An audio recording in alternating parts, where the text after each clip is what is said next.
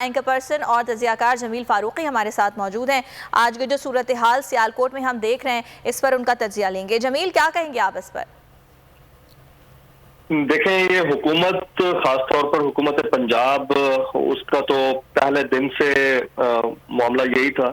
وہ نہیں چاہتے کسی بھی صورت میں، اور خاص طور پر جب آپ کے وفاق کا وزیر داخلہ وہی شخص ہو جس کے ہاتھ ثانیہ ماڈل ٹاؤن کی 14 لاشوں کے خون سے رنگے ہوئے ہوں، تو وہ کس طرح چاہے گا کہ وہ گڑھ جہاں سے خواجہ آصف صاحب نکل کر وزیر دفاع آج کل بنے ہوئے ہیں اس ملک کے، اس گڑھ کے اندر ایک کامیاب پاور شو پاکستان تحریک انصاف. اب نیکسٹ راؤنڈ جو ہے وہ آپ کو پتہ ہی ہے کہ سیالکوٹ کے اندر ایک بڑا جلسہ ہونے جا رہا ہے. تو اس جلسے کے حوالے سے اب گرفتاری ہوئی ہے عثمان ڈار صاحب یا ان کی فیملی کے لوگ. انتہائی افسوسناک ہے.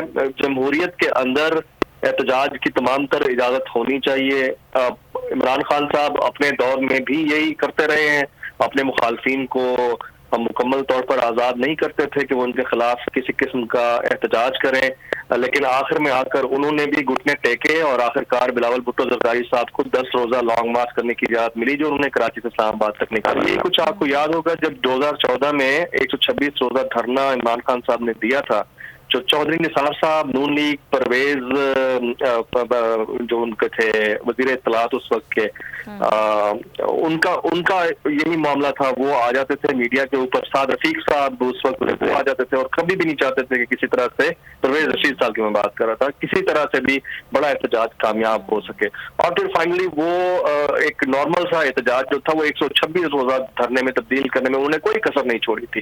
اور اب بھی پاکستان تحریک انصاف ایک حقیقت تو ہے. بہرحال انہوں نے پبلک کو موبلائز کیا ہے، چینلائز کیا ہے، لوگوں کے اندر ایک نیریٹو کو بلڈ کیا ہے. اب آپ اس کو جتنا دبائیں گے، چاہے یہ 11 جماعتی اتحاد یا جو متحدہ پی ڈی ایم حکومتی 11 ہے جس کے خلاف صرف ایک بندہ کریز کے اوپر کھلاڑی کی صورت میں کھڑا ہے، یہ جتنا دبائیں گے یہ اتنا باہر کی طرف اچھلے گا. اٹس لائک اے اسپرنگ کو دباتے ہیں تو اوپر کی طرف آتا ہے. اٹس لائک اے والکینو، اس کو دبائیں گے تو اندر سے لاوا باہر نکلے گا. تو یہ بہت غلط کر رہے ہیں. اور جب رانا ثناء اللہ صاحب آن ریکارڈ یہ کہتے ہیں کہ میں ان کو 20-25 لوگ نہیں نکلنے دوں گا، یہ 20-25 لاکھ لوگ نکلنے کی بات کیسے کرتے ہیں؟ تو اب کیونکہ ان کی جو موومنٹ ہے پاکستان تحریک انصاف کی وہ نیکسٹ لیول میں داخل ہو رہی ہے.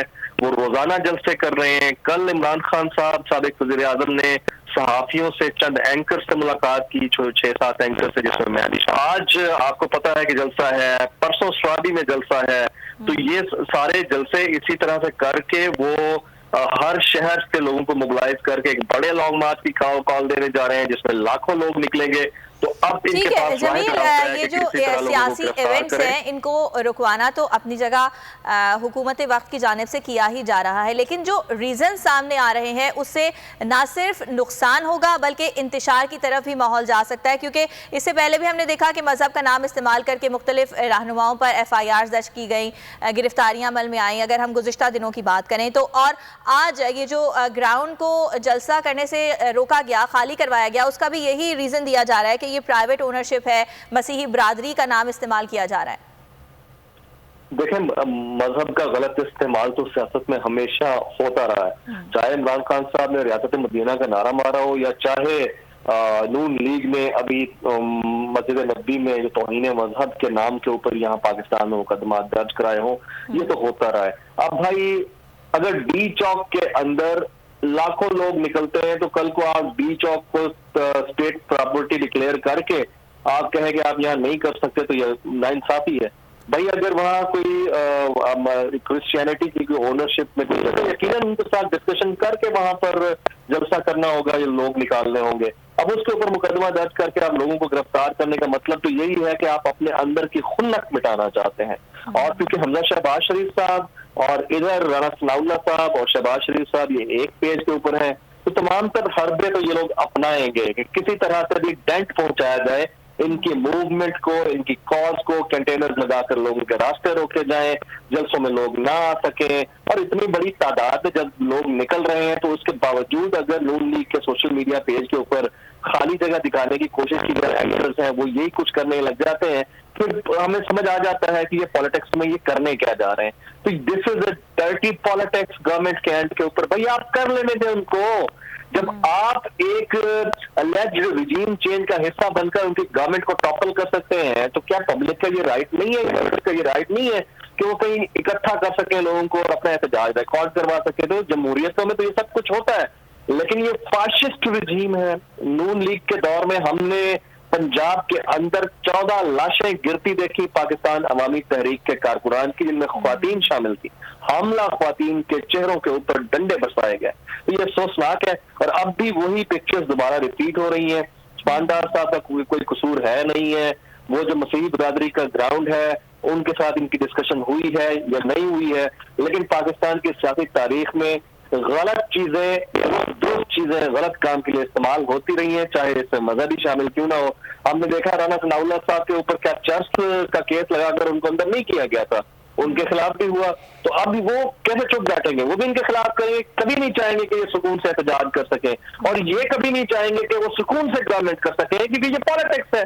لیکن پالیٹکس کے اندر ایک چیز بڑی امپورٹنٹ ہے کہ جب آپ بیٹھے ہیں گورنمنٹ میں اور آپ الیجڈ ریجیم چینج کا حصہ ہیں اور پوری دنیا میں آپ کے خلاف غم و غصہ ہے, انکلوڈنگ مدینہ میں آپ کے خلاف نعرے لگتے ہیں, تو اب آپ اتنا برداشت کریں کہ کم از کم ان کو احتجاج کرنے کا پورا نہیں دیں گے. تو میں آپ کو بتا رہا ہوں کہ چاہے یہ عثمان ڈار یا ان کے بھائی یا باقی فیملیز کو گرفتار کرے سیالکوٹ کے اندر, یا کل کو بنی گالا پہ چھاپا مار کے عمران خان کو گرفتار کریں, ان کی موومنٹ میں, ان کی تحریک میں مزید پوٹینشل آئے گا. اور یہ اڑا کے رکھنے میں ویسے ہی جو نیریٹو ہے وہ اتنا بڑا بلڈ کر دیا ہے, میں اس کو بار بار نام دے رہا ہوں, it's kind of a monster, it's an anaconda جو ان کے خلاف کھڑا کر دیا. وہ ان کو نگل جائے گا, ان 11 جماعتی اتحاد کو کھا جائے گا, زندہ نگل جائے گا, کیونکہ ان کے پاس کاؤنٹر نیریٹو نہیں ہے. ان کے پاس تو بیچنے کو کچھ ہے ہی نہیں. ان کی جلسوں میں دیکھ لیں وہ ایک ہی بات دہرائی جا رہی ہے, مریم نواز,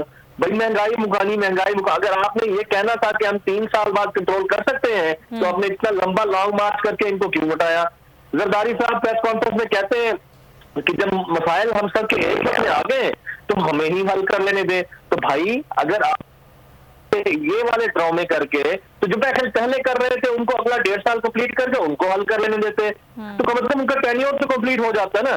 آپ کو کیوں حل کر لینے دیں جبکہ آپ کے اوپر الزام ہے کہ آپ الیجڈ ریجیم چینج کا حصہ ہیں؟ تو یہ بڑا افسوسناک ہے. یہاں ذاتی مفادات کی سیاست ہے. انہوں نے کہا تھا مہنگائی مکاؤ مارچ کے ذریعے ہم اس گورنمنٹ کو ہٹانے آ رہے ہیں. اب یہ ڈرامے کر کے کہہ رہے ہیں کہ 3 سال بعد ہم یہ مہنگائی کنٹرول کر پائیں گے. ابھی اس وقت آپ 1 مہینے کی اگر آپ پرفارمنس دیکھیں نا گورنمنٹ کی, 11 اپریل کو یہ گورنمنٹ کی, ابھی آج 14 تاریخ ہونے جا رہی ہے. میں صرف اتنا پوچھنا چاہوں گا کہ تقریباً 1 مہینہ 3 دن کے اندر, یہ 1 مہینہ 3 دن پچھلے 3.5 سال سے بھاری ہے. آپ کو پتا ہے 195 کا اوپن مارکیٹ میں ڈالر ہو چکا ہے. پیٹرول اور ڈیزل کی قیمتیں بڑھائے بغیر آپ کچھ کریں.